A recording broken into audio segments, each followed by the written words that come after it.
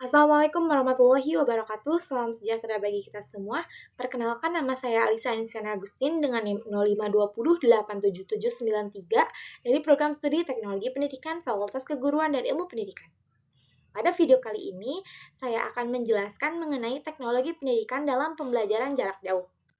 Oke, yang pertama, ada konsep dan juga ciri dari teori pendidikan jarak jauh.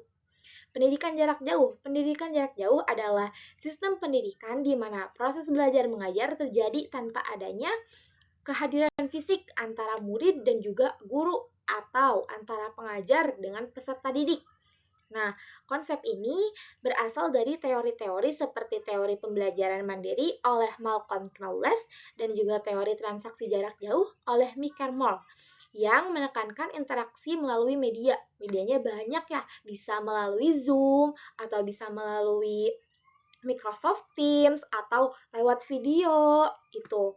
Jadi intinya jarak jauh, tidak bertemu alias virtual ketemunya gitu ya.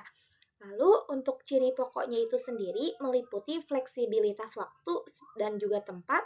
Yang kedua ada penggunaan teknologi sebagai mediator, lalu fokus pada pembelajaran individual dan juga interaksi terbatas. Nah, ada variasi praktek penting dalam pembelajaran jarak jauh. Yang pertama, ada asinkron, ada sinkron, ada blended learning, terus ada MOOCs, dan yang terakhir ada mobile learning. Nah, kita bahas yang sinkron dulu ya. Sinkron. Sinkron ini pembelajaran real time melalui video conference. Lalu ada asinkron. Asinkron ini pembelajaran mandiri melalui materi prarekam. Lalu ada blended learning. Kalau blended learning itu kombinasi antara tatap muka dan juga jarak jauh untuk fleksibilitas. Nah, terus ada MOOCs. MOOCs itu kursus besar terbuka yang terjadi banyak gitu partisipasinya atau global. Atau contohnya itu ada di Coursera gitu. Nah, yang terakhir ada mobile learning. Mobile learning ini menggunakan perangkat seluler untuk akses mudah gitu. Biasanya terjadi di daerah-daerah terpencil.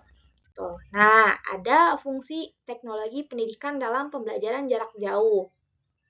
Oke, yang pertama fungsinya itu untuk penyampaian konten. Platform seperti LMS atau Learning Management System atau model untuk distribusi materi digital. Ya, karena tadi jaraknya jauh itu ya, jadi untuk intinya untuk menyampaikan konten atau menyampaikan pembelajaran gitu. Nah, yang kedua ada penilaian dan juga umpan balik. Nah, sistem online untuk kuis, tugas, dan analisis performa. Lalu yang ketiga ada fasilitasi interaksi. Ada tools seperti forum diskusi, chat, dan juga video call untuk komunitas antara pengajar dan juga peserta. Terus ada personalisasi pembelajaran, AI untuk beradaptasi konten berdasarkan kemajuan dari individu. Terus yang terakhir ada aksesibilitas untuk memungkinkan pembelajaran inklusif melalui subtitle audio atau VR untuk penyandang disabilitas gitu. Jadi untuk pembelajaran jarak jauh ini tidak selalu berbentuk video, ada juga yang berbentuknya audio, pendengaran gitu ya. Video juga pasti ada pendengarannya ya. Lalu yang ketiga, keempat ya, aplikasi teknologi pendidikan dalam memecahkan masalah. Nah, ini ada 4. Yang pertama ada matching learning. Matching learning ini untuk personalisasi kurikulum, deteksi kesulitan belajar, dan juga rekomendasi konten.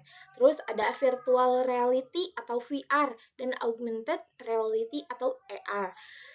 Simulasi praktis untuk mata pelajaran seperti sains, mengatasi keterbatasan lab fisik. Nah, biasanya ini digunakan oleh mahasiswa kedokteran gitu ya, karena kan banyak prakteknya gitu. Nah, terus ada tools kolaboratif.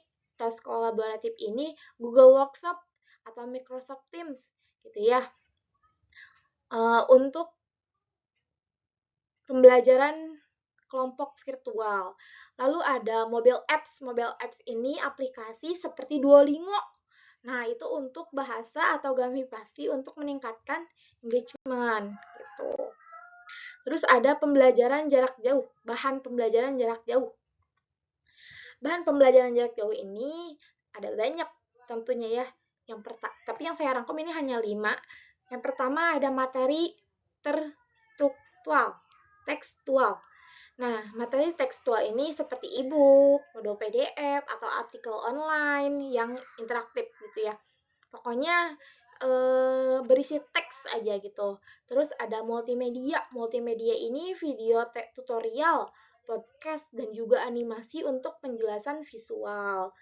Lalu ada interaktif. Interaktif ini kuis, isinya simulasi, games untuk penguatan pemahaman. Jadi biar belajarnya nggak selalu baca terus gitu ya. Bisa melalui interaktif ini.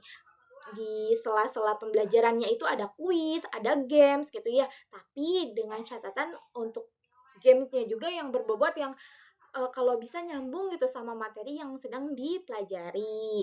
Itu. Terus ada sumber terbuka. Nah, ini sumber terbuka itu adalah konten dari reseptor seperti Open Education Leisure or untuk akses gratis. Lalu ada adaptif. Adaptif ini bahan yang disesuaikan dengan kemajuan peserta seperti kursus modular di LMS.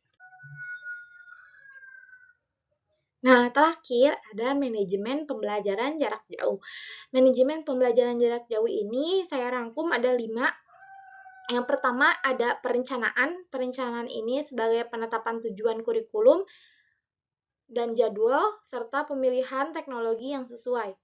Lalu ada pengorganisasian untuk manajemen peserta, instruktur, dan juga sumber daya. Lalu ada pengawasan. Pengawasan ini untuk monitoring, partisipasi melalui analitik, dan intervensi untuk masalah seperti teknis atau motivasi. Lalu ada evaluasi. Evaluasi ini penilaian efektivitas melalui feedback, hasil belajar, dan juga penyesuaian program. Nah, yang terakhir itu ada tantangan. Tantangan ini untuk mengatasi isu seperti keamanan data, gitu ya, akses internet, dan retensi peserta melalui strategi seperti monitoring virtual gitu. Nah, sekian dari saya.